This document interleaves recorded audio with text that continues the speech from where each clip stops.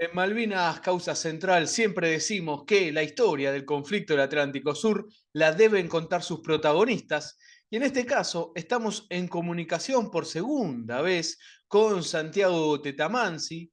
Él es comisario naval, marino mercante, en 1982 tripulante del río Carcarañá. Pero ¿por qué digo por segunda vez? Y esto es para los que nos estén escuchando en las radios de las 4 universidades: Universidad Nacional de Lanús, Universidad Nacional de Entre Ríos, Universidad Nacional de Tierra del Fuego, Universidad Nacional General Sarmiento, que es en las radios de las universidades que sale Malvinas Causa Central. También para los que están viendo por YouTube o Spotify, digo que con Santiago hablamos una primera parte sobre lo que fue la Marina Mercante durante la Guerra de Malvinas, el rol que tuvo, y allí Santiago nos dio un panorama impresionante, espectacular. Recomiendo que escuchen, vean a esa primera parte. Pero en esta ocasión vamos a hablar, segunda parte, sobre lo que fue la historia de este combatiente de Malvinas, Santiago Tetamanzi, en el río Carcarañá. Santiago, un gusto nuevamente estar contigo. ¿Cómo está?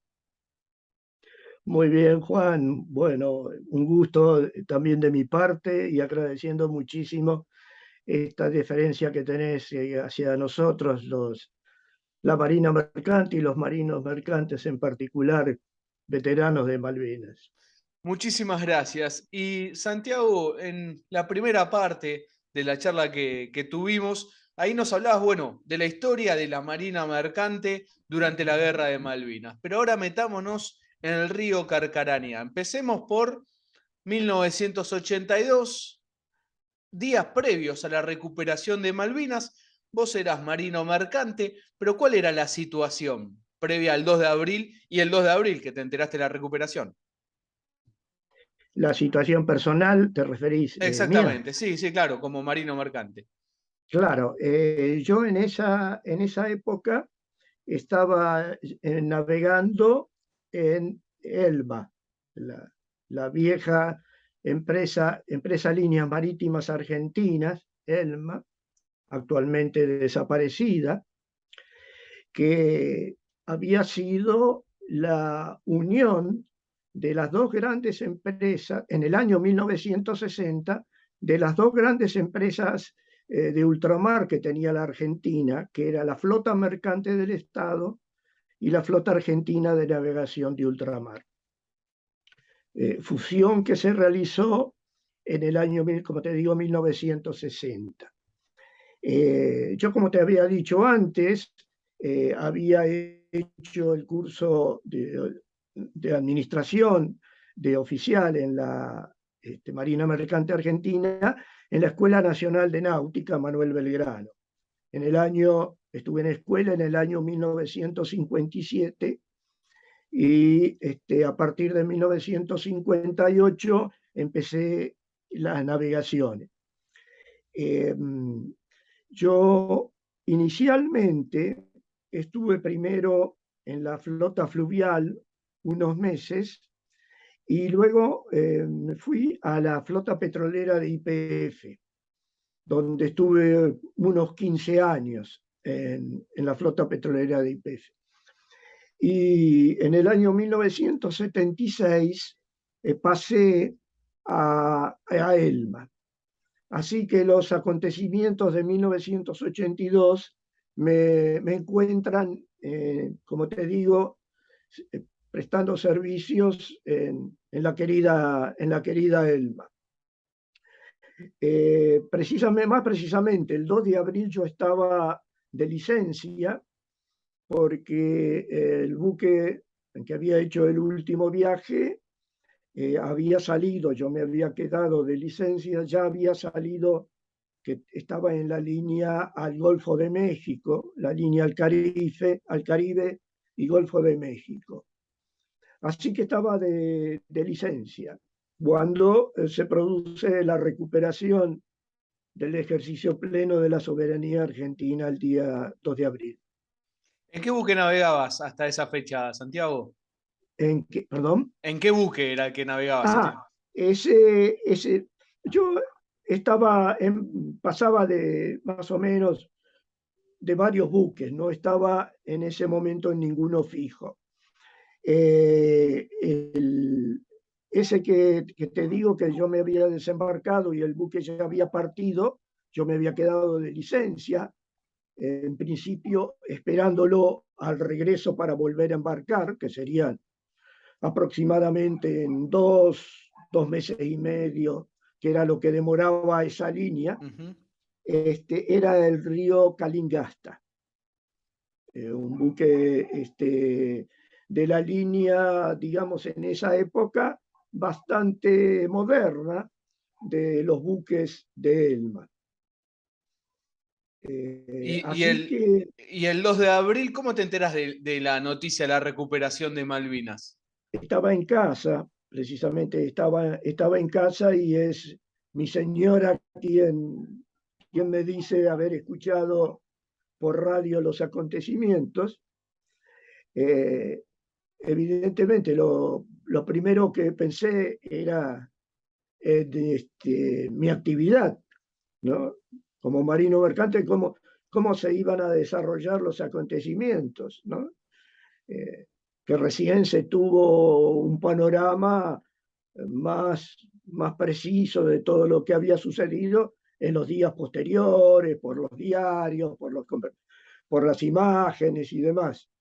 El hecho de estar de licencia no me desligaba en absoluto de las responsabilidades que tiene cada uno con su profesión, con sus tareas. Uno cuando se queda navegando, cuando se queda de licencia, programa sus cosas para lo que estima que va a ser el tiempo que va a disponer libre antes de volver a embarcar. Así que yo, para ese momento que se estaba acercando Pascuas en aquella época, creo que era más o menos para mediados de abril, lo de Pascuas. Y lo que hice, me presenté en la empresa, porque yo tenía el programa de irme a visitar los familiares del interior para esa fecha. Así que fui a la empresa a decir que ante los sucesos, cuál era más o menos el panorama que se presentaba, ¿no? De hecho, que yo me iba a ausentar al interior.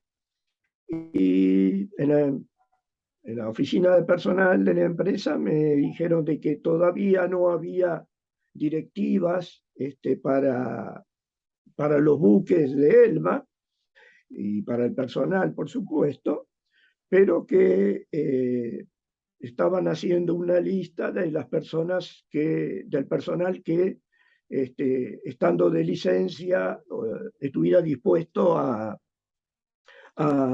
tripular otros buques, de ser necesario. Así que ahí dejé mi aprobación a eso, y nos fuimos con mi señora y mis hijas a visitar a los familiares del interior. No me llamaron en esos días, pero sí me llamaron prácticamente el día 19 de abril, cuando yo ya había regresado y estaba en Buenos Aires, para embarcar precisamente en el río Carcarañá ese mismo día, ¿no? Me llamaron a primera hora de la mañana para embarcar ese mismo día en el río Carcarañá. Cuando Así regresaste, que, ¿eh? cuando regresaste, Sí. Yo regresaste había y justo te llamaron. No, estuve Ah, unos días después del regreso, y me llaman por y teléfono. ahí te convocan para el río Carcaranía, que tenía una particularidad. ¿Puede ser que hacía un tiempo que no navegaba este buque? Exacto, correcto. Estaba sin tripulación, un buque que estaba amarrado en el puerto de acá de Buenos Aires, en el dique 4, lo que hoy es, bueno, en aquella época eran todos galpones, en la margen del dique que da hacia el río, no hacia el lado de la ciudad, sino hacia el río. Y estaba amarrado ahí ya hacía bastante tiempo, creo que hacía unos 4 o 6 meses, ya fuera de servicio, porque se estaba dando con los barcos una característica, que estos barcos que eran de carga general, te digo, una construcción excelente, unas líneas, lo que llamamos líneas de barco excelente, de muy buena navegación, eran 6 barcos gemelos, los del Carcarañá, construidos en Yugoslavia, y ya el avance de las nuevas técnicas de transportes, principalmente los contenedores, lo hacían a este tipo de barcos ya eh, eh, no redituables comercialmente, porque ya estaba mucho el manipuleo de contenedores, el transporte en contenedores estaba ya avanzando bastante, desarrollándose en esa época del 82, y estos buques de carga general pasaban a quedar ya fuera de servicio. El buque tenía 20 años, había sido construido en 1960. Bueno, el hecho es que eh, ya se estaba en plena armado de la dotación, ya toda la maquinaria había sido puesta en funcionamiento, los motores, los generadores, los motores auxiliares, se habían hecho ya las pruebas de la máquina principal, se había hecho el aprovisionamiento, se había tripulado, se estaba en plena tripulación. Eso se había iniciado el día 13 de abril. Claro, esto es Y, importante, perdón, Santiago, remarcar. sí, El buque hacía un tiempo que no navegaba y a partir de esos días ustedes lo van a poner al buque en condiciones para justamente hacer la navegación hacia las islas. exacto. Claro. Estaba programado la salida para ese mismo día, ¿no? Para el mismo día 19, es decir, yo iba ya para salir, ¿no? Eh, la programación inicial del barco era a puerto deseado, ¿no? Mm, Por razones de seguridad operativa, los barcos no anunciaban a partir de una disposición que se dio luego de los primeros días del 2 de abril, de que los barcos no anunciaran su destino de zarpada, claro. ¿no? Tal es así que varios de los barcos que salían para otro destino eh, no confirmaban ningún destino especial. En el caso del Carcarañá se había fijado puerto deseado. Y bien, faltaba la carga, ya el barco estaba todo en condiciones, todo el tema de botes salvavidas, balsas, elementos de seguridad, todo se había puesto, estaba todo funcionando. Así que faltaban 1 o 2 tripulantes. Yo fui uno de los últimos en completar la dotación en el caso de los oficiales. Y pero bueno, la carga no vino, así que recién zarpamos el día 22 de abril, directamente, sí, ya rumbo a Malvinas, ¿no? Con el destino teórico de Puerto De Puerto Deseado. Deseado, claro. Sí, sí, sí, pero la carga era para Malvinas. Y prácticamente en el puerto todos sabían de que el Carcarañá salía para Malvinas. Y Hay llevaban de algunas, todo, ¿no, Santiago? perdón, Habían embarcado de todo tipo de material. sí, sí. Se esperaba más carga, en realidad la planificación era de más carga, pero a ese día 22, con lo que teníamos, se decidió la zarpada del barco. Eh, Así ligeramente, te digo, haciendo un poquito de los que no conocen el tema de la carga de los buques. Los buques tienen todos bodegas, ¿no? En el caso del Carcarañá tenía 6 bodegas. Y sobre cubierta también se puede llevar cargamento. La estructura del barco, en ese caso del Carcarañá, es la máquina, el puente de mando, los camarotes, es decir, toda la estructura en el medio. Y en proa, que es la parte de adelante del barco, todo el tema de anclas para el fondeo del barco. Y en la popa, que es la parte de atrás del barco, está la hélice, el timón y demás. Pero toda la estructura, en esa época, esos buques de carga general llevaban toda la estructura en el medio del barco. Bien, la carga era, más o menos te lo detallo. En la bodega 1, que es la bodega de adelante, había todos tambores de combustible. La bodega 2, que era la siguiente, teníamos camiones con municiones adentro, llevábamos unos cañones y llevábamos una cuetera de fabricación argentina, que era una cuetera, es decir, de proyectiles múltiples, ¿no? Esos que se ven permanentemente en todo noticioso de operaciones militares, ¿no? Los que salen con todos los sí, los cohetes, claro. ¿no?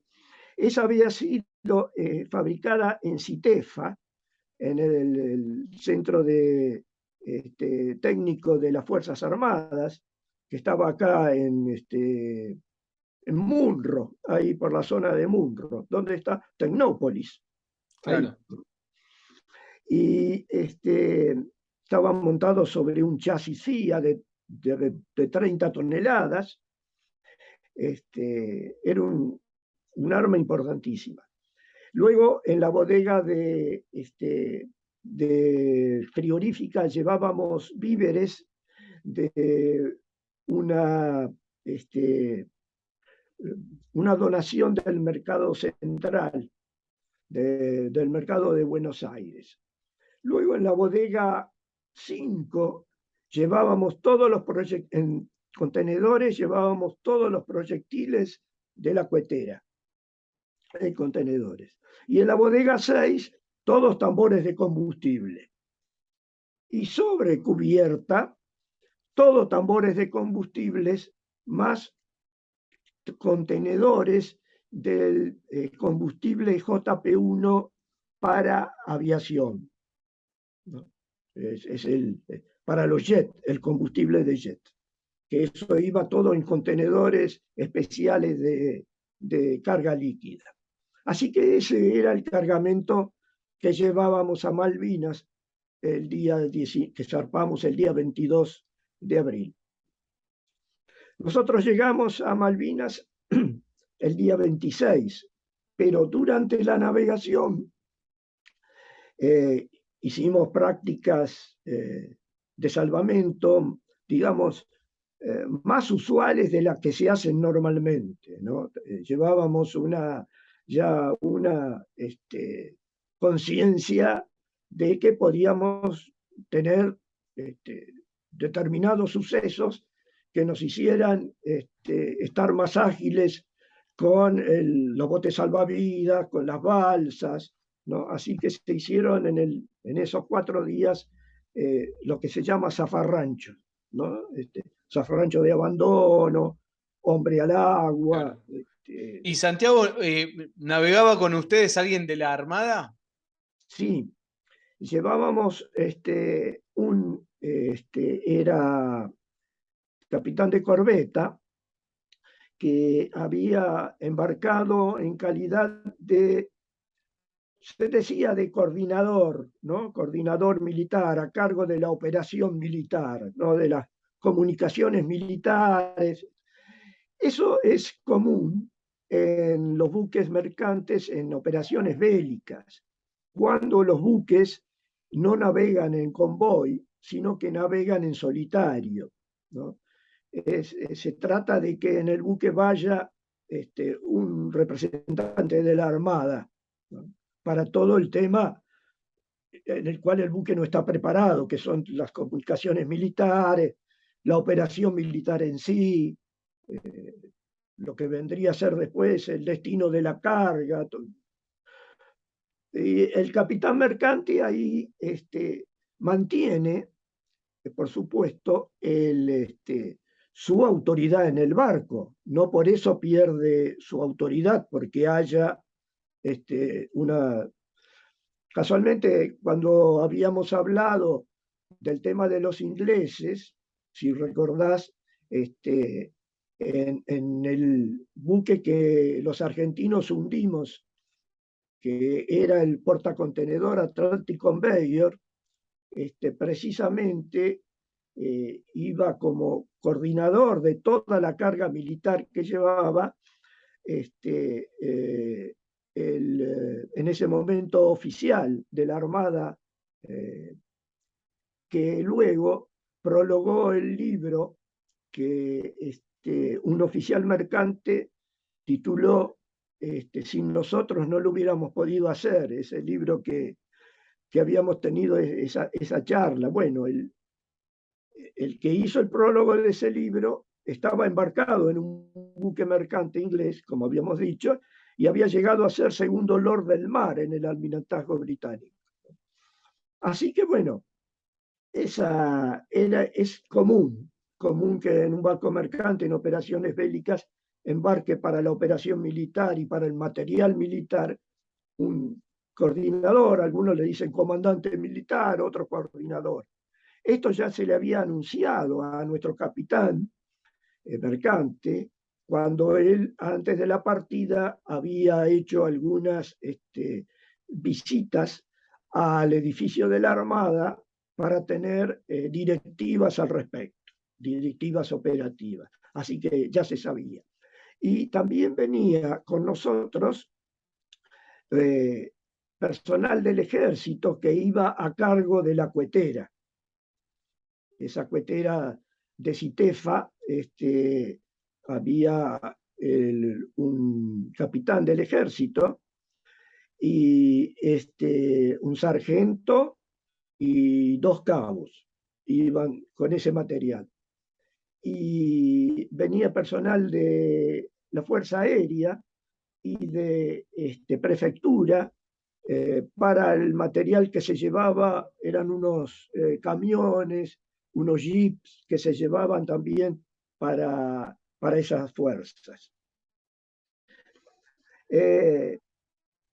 Nosotros navegamos en solitario, con silencio radial, sin ningún contacto, ¿no? Directamente a Malvinas. Hicimos un derrotero costero, ¿no?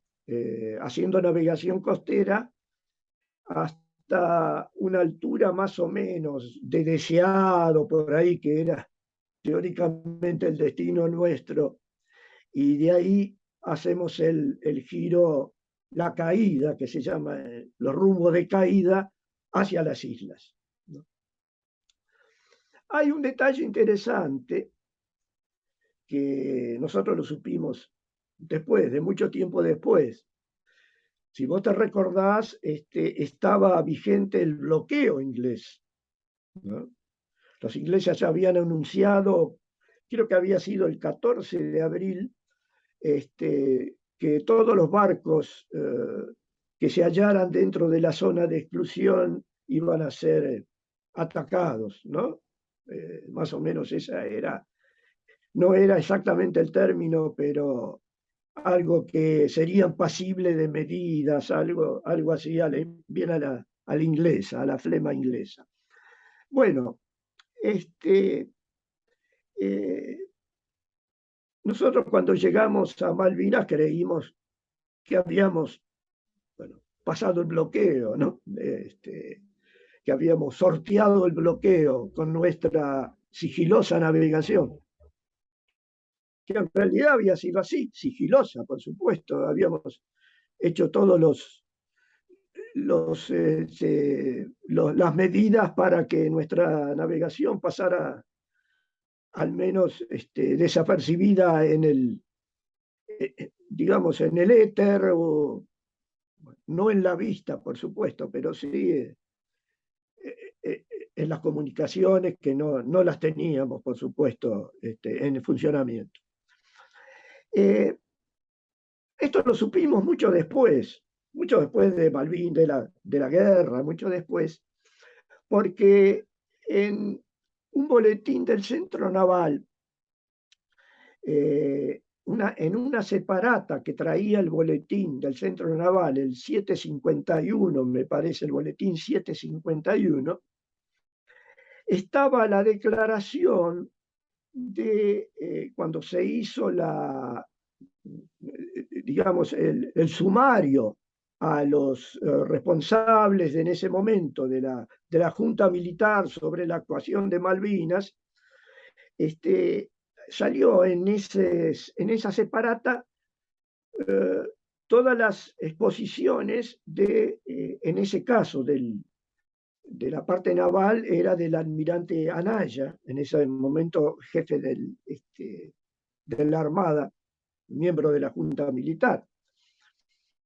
Y el almirante Anaya, en una parte, en realidad lo dice su abogado defensor, pero es el almirante Anaya el que está diciendo, porque el abogado defensor dice, el almirante Anaya manifiesta, así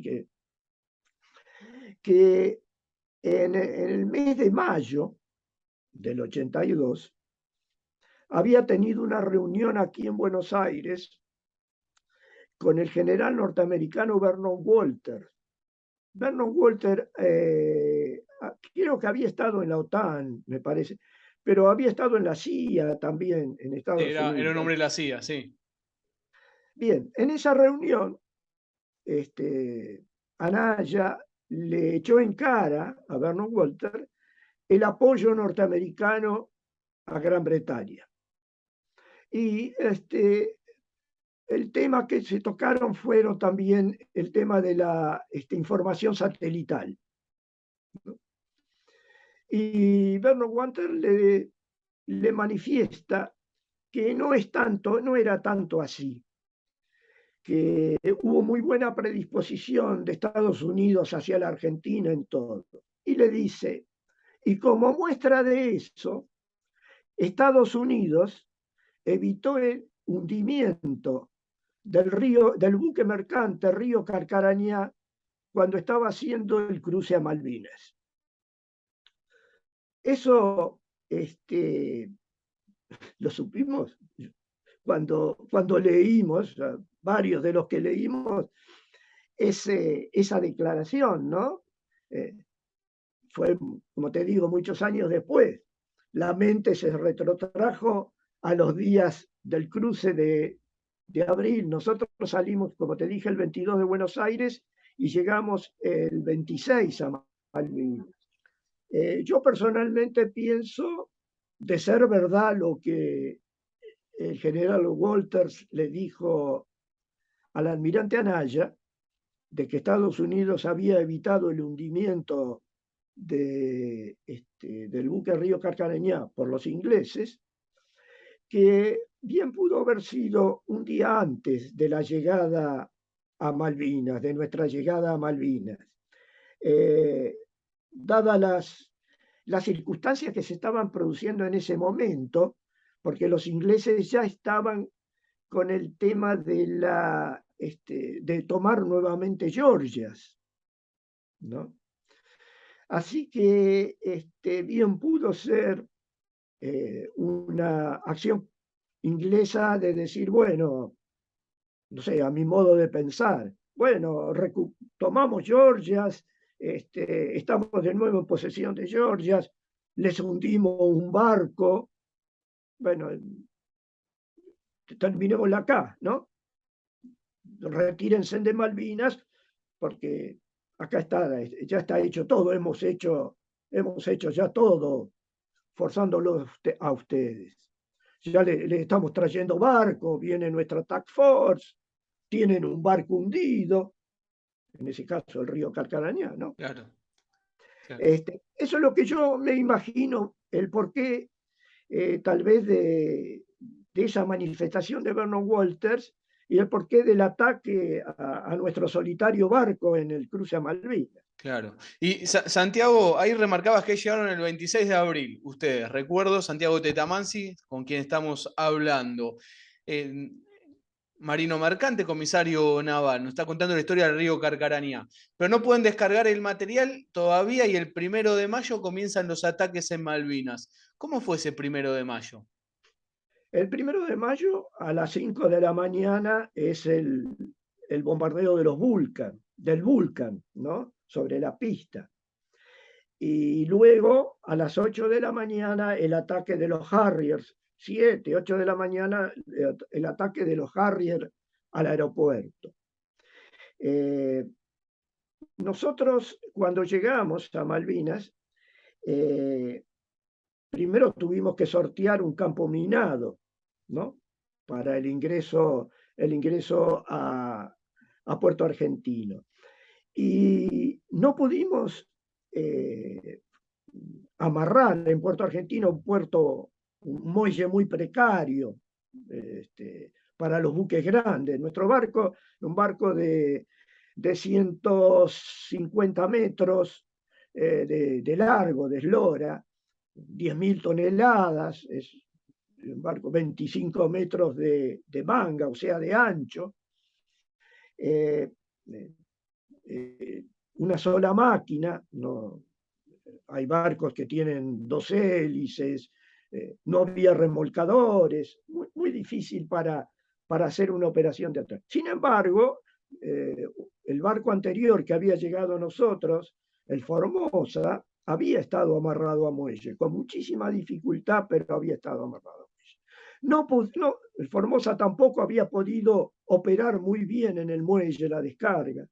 Nosotros habíamos quedado fondeados afuera, precisamente frente al aeropuerto de Puerto Argentino.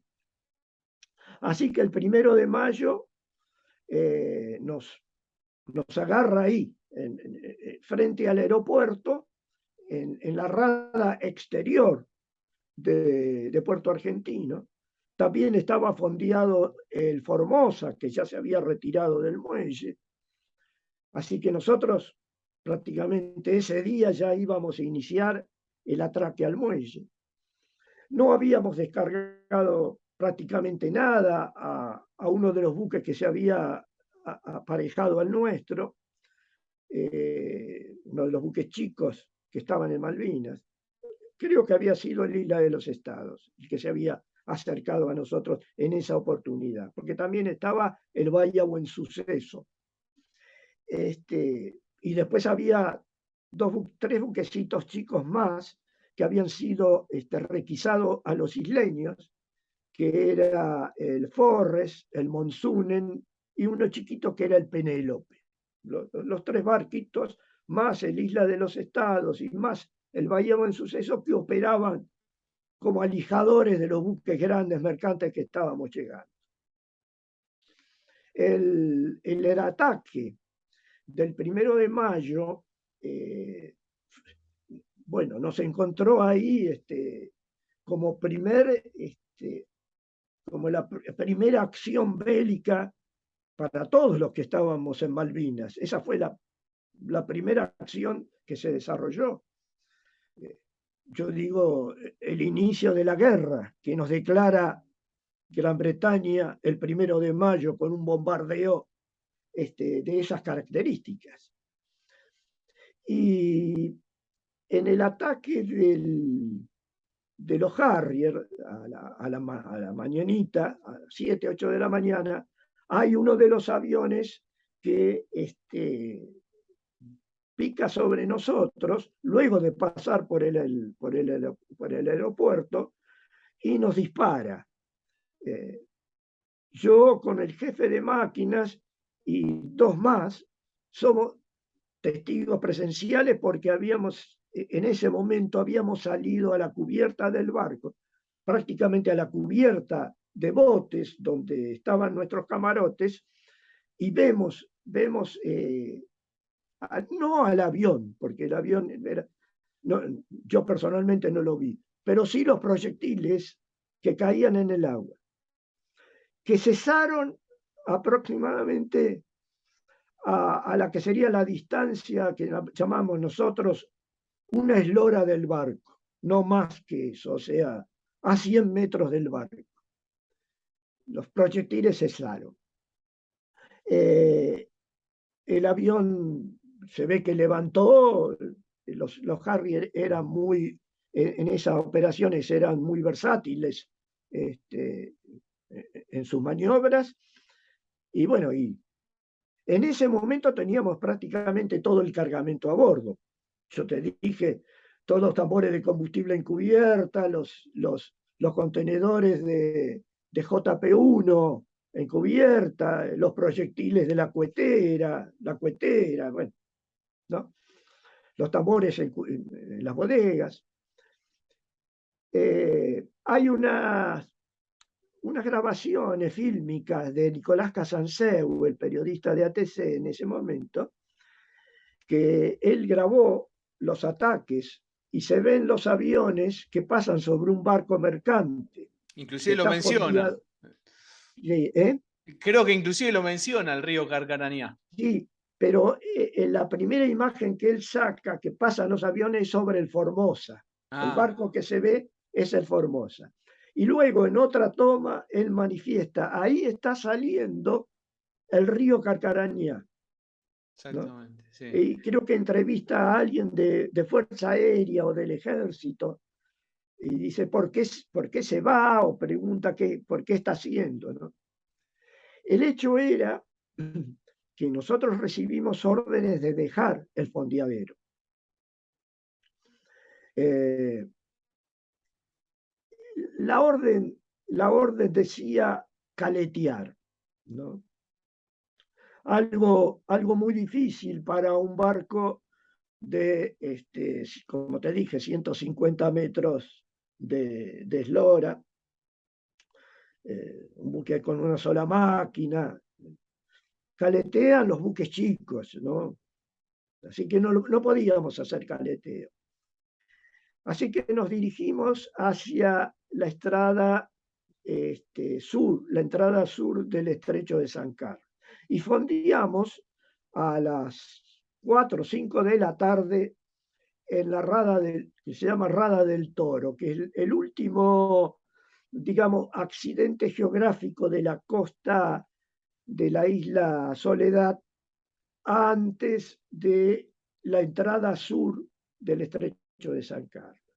Y ahí es donde se produce un ataque al Formosa, porque el Formosa había salido antes que nosotros, había recibido orden también de salir, pero él ya tomaba rumbo hacia el continente, porque había dejado prácticamente toda la carga ya en Malvinas. En vez de nosotros no, nosotros estábamos con toda nuestra carga. Tiempo después, así conversando, una de las cosas que se dijo que nos habían ordenado dejar Malvinas, porque dejar Puerto Argentino, mejor dicho, esa zona ahí del aeropuerto, porque estábamos muy expuestos y se podía buscar refugio, zonas más seguras en el estrecho de San Carlos o en otro lado, para operar con más seguridad, ya que el ataque inglés había sido tan centrado en la parte del aeropuerto y parte del muelle también, ¿no? Porque muy cercano el muelle al aeropuerto. En realidad, después, inclusive los mismos militares dicen que fue un error y yo reconozco también, porque nuestra defensa precisamente era la artillería antiaérea, ¿no? Nosotros estábamos defendidos por una muy buena artillería antiaérea que había en Puerto Argentino, ¿no? Estaban los Rápidos, había cañones antiaéreos, sobre todo porque después en el resto de Malvinas no había ninguna artillería antiaérea. ni había artillería antiaérea en el estrecho de San Carlos, no había nada, ¿no? Es decir, nuestra única defensa era la artillería antiaérea de Puerto Argentino. Pero bueno, la orden era irnos de ahí, así que nos fuimos. Otra también que algunos pensaron, es de que éramos un peligro en el puerto con todo nuestro cargamento, sobre todo por todo el cargamento de combustible y de proyectiles. Es una digamos, elucubración más Claro. que se dio con posterioridad, ¿no? Algunos de nuestros compañeros se referían a eso. No, nos hicieron salir porque éramos un peligro para la población. Claro. Y No te lo puedo. ahí, Santiago, porque además ustedes todavía queda un montón de la historia del río Carcarañá, que aproximadamente nos quedarían como unos 20 minutos. Ahí Sí, ustedes llegan al estrecho de San Carlos y empiezan, digo, ese 1 de mayo y van a empezar a navegar por el estrecho y a pasar todo el material hasta que son atacados. sí, sí. Nosotros el primero de mayo mismo, ya al anochecer, a la noche, entramos en el estrecho de San Carlos. Nos encontramos con el Isla de los Estados, que iba a ser nuestro alijador, y en principio el coordinador naval le había dicho a nuestro capitán de que un sitio para operar, un sitio seguro para operar en los alijes de la carga, era San Carlos, la bahía de San Carlos, la que luego fue el lugar del desembarco británico de Mayo, ¿no? Pero bueno, él decía de que era un sitio seguro. Cuando nos encontramos con el Isla de los Estados, el día 2 de abril, perdón, 2 de mayo, el capitán del Isla de los Estados me dice, no, en San Carlos no hay nada. Dice, no podemos operar en San Carlos. Busquemos un lugar seguro aquí en el estrecho y yo le voy a recibir la carga, le dijo el capitán del Isla de los Estados. Y bueno, en definitiva, nosotros fondeamos en lo que era la Bahía Rey, más o menos a la altura de la mitad, antes de la mitad del estrecho, sobre la costa de la isla Soledad. Ya después está en la mitad del estrecho donde está la isla Cisne, y luego ya empieza el estrecho en la parte norte, empieza a abrirse, hace una pequeña abertura así, y luego se estrecha, la salida del estrecho es estrecha en la parte norte, pero esa Bahía Rey era bastante, daba cierta tranquilidad, si bien no estábamos dentro de la bahía, estábamos a una milla, que son 1,800 kilómetros, 1.800 metros de la costa. Pero un buen fondeadero, el buque se mantenía bien, tuvimos mal tiempo, las anclas se mantenían bien en ese fondeadero. Y ahí pudimos entregar toda la carga desde el día 3 que empezamos a operar hasta el día 10. Ahí entregamos toda la carga que teníamos a los buques que se venían de estos alijadores que venían a retirarla. Fundamentalmente el Isla de los Estados, el Forres y el Monsunen. El día 10 de mayo es nuestra última operación. Lo último que sale de nuestro barco era la cuetera, fue la cuetera. Ese fue el último material, ya quedamos totalmente vacío. Se lo entregamos a la Isla de los Estados. Ahí tenemos ese día el trágico acontecimiento del hundimiento de la Isla de los Estados, porque terminamos prácticamente a las 8 de la noche Y nuestro capitán le dice al capitán de la Isla de los Estados, ¿por qué no espera hasta mañana y con las primeras luces se mueve? Porque el capitán de la Isla de los Estados le había dicho que tenía que cruzar a la isla Gran Malvinas por el estrecho, a una posición que había del ejército argentino que era Howard, Puerto Yapeyú para los argentinos, pero Howard en su versión inglesa, donde estaba gente del regimiento de Corrientes, me acuerdo que me parece que era el 4, me parece, o el 5, El uno de los, 5. el 5 de Corrientes. Había dos posiciones en Malvinas, en Gran Malvinas, esa de Puerto Howard y Bahía Fox o Bahía Zorro en la entrada sur del estrecho. Y nada más, no había más nada.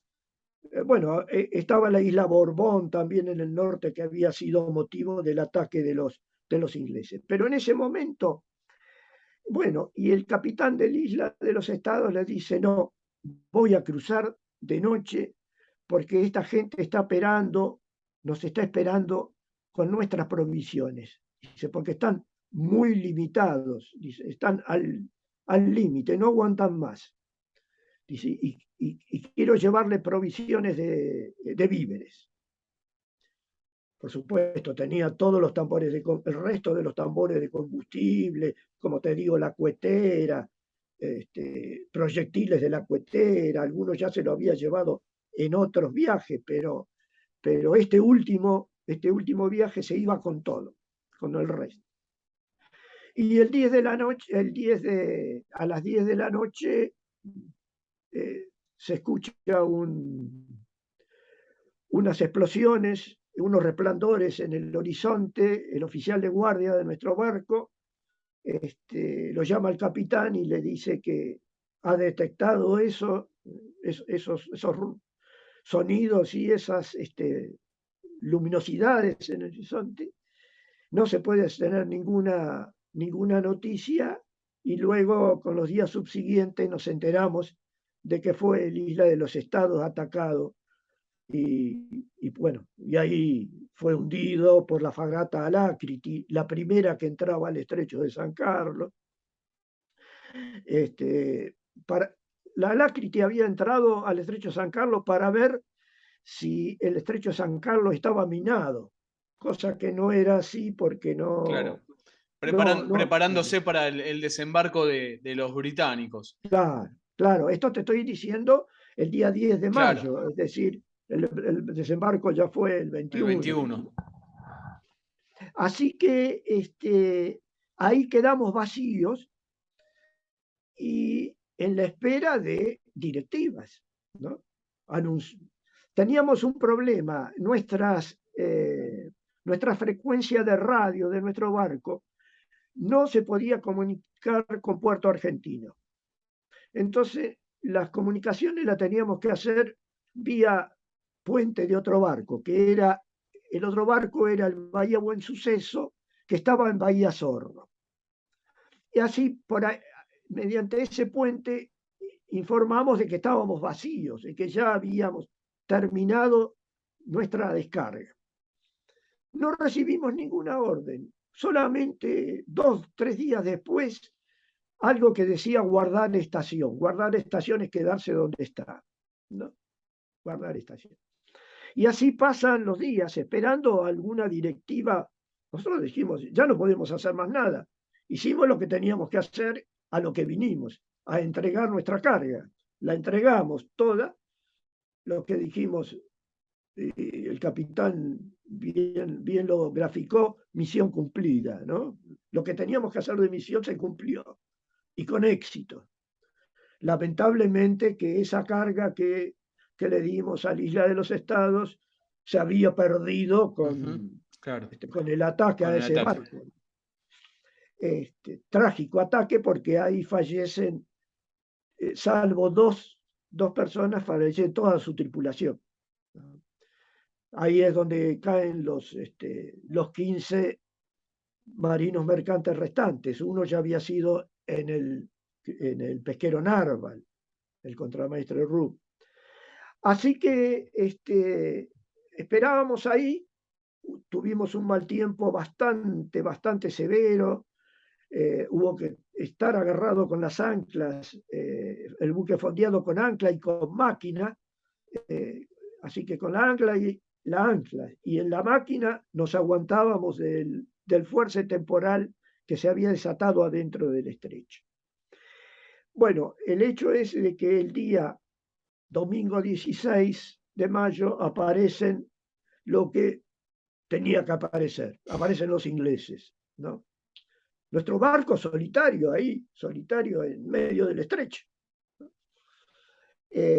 Aparecen un pack de Sea Harriers que venían, ya los ingleses ese mismo día habían atacado la Bahía Zorro donde estaba el Buen Suceso y habían atacado al Bahía Buen Suceso.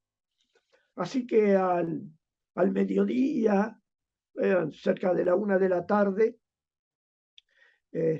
nos atacan a nosotros. Ellos hacen el ataque sobre nuestro lado derecho, sobre nuestro estribor. Hay una táctica del ataque de la aviación que es atacar con la cola al sol, es decir, con el sol por detrás de ellos, ¿no? Y efectivamente, porque en ese momento el sol estaba en la isla Gran Malvinas, ¿no? Eso es un detalle que condice con la teoría, ¿no? Y nos hacen 3 pasadas de metralla, una pasada inicial de bomba. Las bombas explotan al costado del barco, 2 bombas que explotan al costado del barco, flexionan el casco, y luego el ataque con cañón de 30 milímetros, todo sobre la estructura del barco, sobre todo el casillaje, la máquina, el puente de mando, y con perforantes y explosivos, proyectiles de 30 milímetros, perforantes y explosivos. Nosotros habíamos determinado que en caso de un ataque, la tripulación debía guarnecerse en el medio del barco donde había un mamparo que protegía, un mamparo de hierro muy bien grueso, un mamparo central, donde al costado iba una escalera que venía desde arriba de todo hasta la máquina, ¿no? Ahí nos refugiamos. Y eso nos salvó la vida, porque los proyectiles entraban por el costado, pasaban los pasillos, los camarotes, y pegaban contra, es decir, primero perforaban la estructura exterior y luego pegaban sobre ese mamparo. Yo agradezco, creo que estoy vivo por la chapa yugoslava, ¿no? Ya te dije que el buque había sido construido en el astillero de Yugoslavia, porque era de una calidad extraordinaria. Eso paró a los proyectiles y nos salvó a los tripulantes de haber tenido grandes pérdidas de vida. Se verifica los daños, ya no funcionaban el arranque del barco, lo principal, el arranque había sido perforadas las tuberías de aire comprimido, el buque no tiene arranque, el agua había entrado en la sala de máquinas, había agua a la altura de los motores auxiliares, de los generadores. Los botes salvavidas del lado derecho estaban todos destruidos, del estribor todos destruidos. Nosotros no estábamos, como te dije, sobre tierra, estábamos a una milla de la costa. Es decir, nuestra única salvación eran los botes salvavidas, ¿no? Los 2 que quedaban, porque llevaba 2 botes de la derecha y 2 botes del lado izquierdo, ¿no? Más algunas balsas. Así que aprovechando que los botes todavía estaban, los del lado izquierdo, bueno, el capitán ordena el abandono, dado que el buque no se podía poner en funcionamiento porque estaban perforados todos los botellones de aire comprimido y las tuberías de la puesta en marcha. Y bueno, con los 2 botes salvavidas, uno de ellos que tenía ya agujero de esquirlas, que hacía agua totalmente, y una balsa a medio inflar también porque tenía esquirlas, llegamos a la costa de la isla Soledad. No, ahí la distancia, más o menos, a Darwin era 40 kilómetros, a Darwin Ghost Green. Decidimos quedarnos en la costa porque hacer 40 kilómetros a campo traviesa, sin saber qué íbamos a encontrar, o un campo minado, o nos hubieran confundido con ingleses, o los ingleses no hubieran atacado por ser una patrulla argentina, no se sabe. Así que se decidió quedarnos en la costa.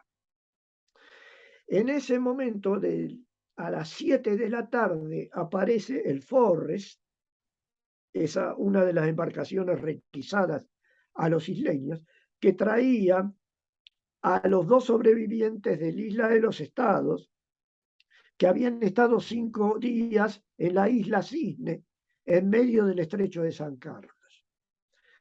Y traían el cadáver de uno de ellos, porque habían llegado a la isla 3, pero uno de ellos falleció al llegar, que era el primer oficial Botaro. Así que nos dijeron los del Forrest, lo único que podemos hacer por ustedes es llevarlo a Bahía Fox, ¿no? Y bueno, ahí fuimos con el Forrest, nos pasamos al Forrest y con él llegamos a Bahía Zorro, donde estuvimos 20 días náufragos, ¿no? Claro. Ahí había un establecimiento que había sido de los Kelpers, no había nadie, había el administrador nomás con su familia, y estaba, porque Bahía Zorro tenía dos lugares, Zorro Este y Zorro Oeste. Nosotros estábamos en Zorro Oeste, donde estaba la Compañía 9 de Ingenieros. En Zorro Oeste, en la ribera de enfrente de la bahía, estaba el 6 de Infantería, era el coronel Reposi, me parece. Los ingenieros, el 9 de Ingenieros era Migliorini Lima, del ejército, el coronel Migliorini Lima. Bueno, y ahí pasamos. Ahí empezaron los cañoneos navales, porque vinieron las fragatas, más o menos aparecían a la medianoche, más o menos, y empezaban el cañoneo. Así que tuvimos que hacernos pozos de zorro, porque estábamos a la intemperie nosotros, en alguno de esos construcciones de los isleños que tienen para guardar tractor o alguna cosa, y nos guarnecíamos. Y ahí recibimos los cañones navales, ahí es herido nuestro radiotelegrafista Pancho Elizalde, el primer radiotelegrafista, es herido en la mano. Yo navegué con él tiempo después y todavía le salían esquirlas del brazo y de la mano. Y que fue atendido ahí por la gente del ejército, por sanidad del ejército. Y hasta que, bueno, cuando venían los ataques nos metíamos en los pozos de zorro. Claro, a refugiarse. Sí, sí, por supuesto, porque eran ataques de cañoneos de 3 horas, 4 horas, plena madrugada, ¿no? Día por medio, o prácticamente a veces todos los días. Y bueno, ahí pasamos muchas cosas dentro de todo, colaboramos, ahí estaba en el muelle de ahí de Bahía Zorro, estaba el Bahía Buen Suceso, que había sido, como te dije, atacado, estaba varado sobre el muelle, inoperante ya totalmente, y tenía todavía tripulación, estaba con tripulación militar y civil. Estaba el capitán mercante que estaba herido, estaba con sangre. Y bueno, ahí pasamos, como te digo, 20 días en esa situación, hasta que el día 5 de junio aparece, o nos comunican de que está el buque hospital Bahía Paraíso, que viene a retirar heridos a Bahía Sordo. Hay heridos de los cañoneos navales, tanto ahí murió uno de los tripulantes del Bahía Buen Suceso en el cañoneo, el marinero Turano, que era de la infantería de marina, que era de marinería del Bahía Buen Suceso. Y había heridos en el regimiento 8 también. Así que, y eh, los del Bahía Paraíso dicen que si tienen tiempo, se llevan a los náufragos también. Si hay tiempo, dice, pues están muy escasos de tiempo. Así que con los helicópteros, bueno, nos preparamos. Si nos llevaban, bueno, felizmente sí pudimos hacerlo. En varias tandas embarcamos en el helicóptero del Bahía Paraíso, que venía desde el buque que estaba fondeado afuera, y después de los heridos fuimos nosotros y el resto de la tripulación civil, que era de los mercantes del Bahía Buen Suceso. Se quedó la tripulación militar, pero la mercantes. Y ese mismo día, era de noche prácticamente, tardecita, el Bahía Paraíso navega por el estrecho para ir a buscar heridos en la otra posición de la isla Gran Malvinas, que era Howard, como te dije. Y pasamos por frente a donde tendría que haber estado el Carcarañá. El Carcarañá no estaba más, por supuesto, porque se había hundido. Claro. Había sido rematado por los ingleses también, con proyectiles de helicóptero, con proyectiles de avión también. Y ahí hay una profundidad de 25 metros, ahí en Bahía Rey. Así que es posible de que esté o asentado sobre su fondo o ladeado sobre un costado, porque las últimas fotos que hay, que tomó la aviación inglesa del Carcarañá, es todo destruido en su parte central, que era donde nos habían atacado a nosotros, ¿no? los aviones. Así que ahí está, en las publicaciones que periódicamente se hacen, que se llaman Notice to Mariners, figura como resto de buque hundido el río Carcarañá en las coordenadas que indica Claro. la publicación. Santiago, quiero, antes que nada, seguiremos en contacto y además para seguir conversando no solo sobre la historia del Elma Río Carcarañá, sino también sobre la Marina Mercante y ustedes, los civiles combatientes de Malvinas, seguir conociendo la historia de ustedes. Pero quiero agradecerle por todo el tiempo que nos dio en esta segunda parte para hablar del río Carcarañá y en la primera para hablar de lo que fue la Marina Mercante en general en la Guerra de Malvinas. Agradecerle de todo corazón por todo el tiempo que nos ha brindado y además la brillante explicación en ambas ocasiones. Pero sobre todo y en especial agradecerle por lo que hicieron en 1982, por haber defendido a nuestra nación de una nueva invasión británica. Usted como civil, como marino mercante, en algo tan importante que es la logística, tanto en la guerra, pero también en la vida civil diaria de un país. Tenemos que recuperar además la Marina Mercante Nacional. sin Así que ninguna duda. agradecerle por todo, Santiago, por el tiempo que nos ha brindado, por lo hecho en 1982 y por haber llevado la bandera argentina en un buque argentino durante tantos años, y que también algún día no solo vamos a recuperar Malvinas, sino que vamos a recuperar la Marina Mercante. Santiago, un honor. Ha sido para mí también un honor haber estado en tu programa, y quiero despedirme recordando que no solamente el río Carcarañá estuvo en Malvinas, ¿no?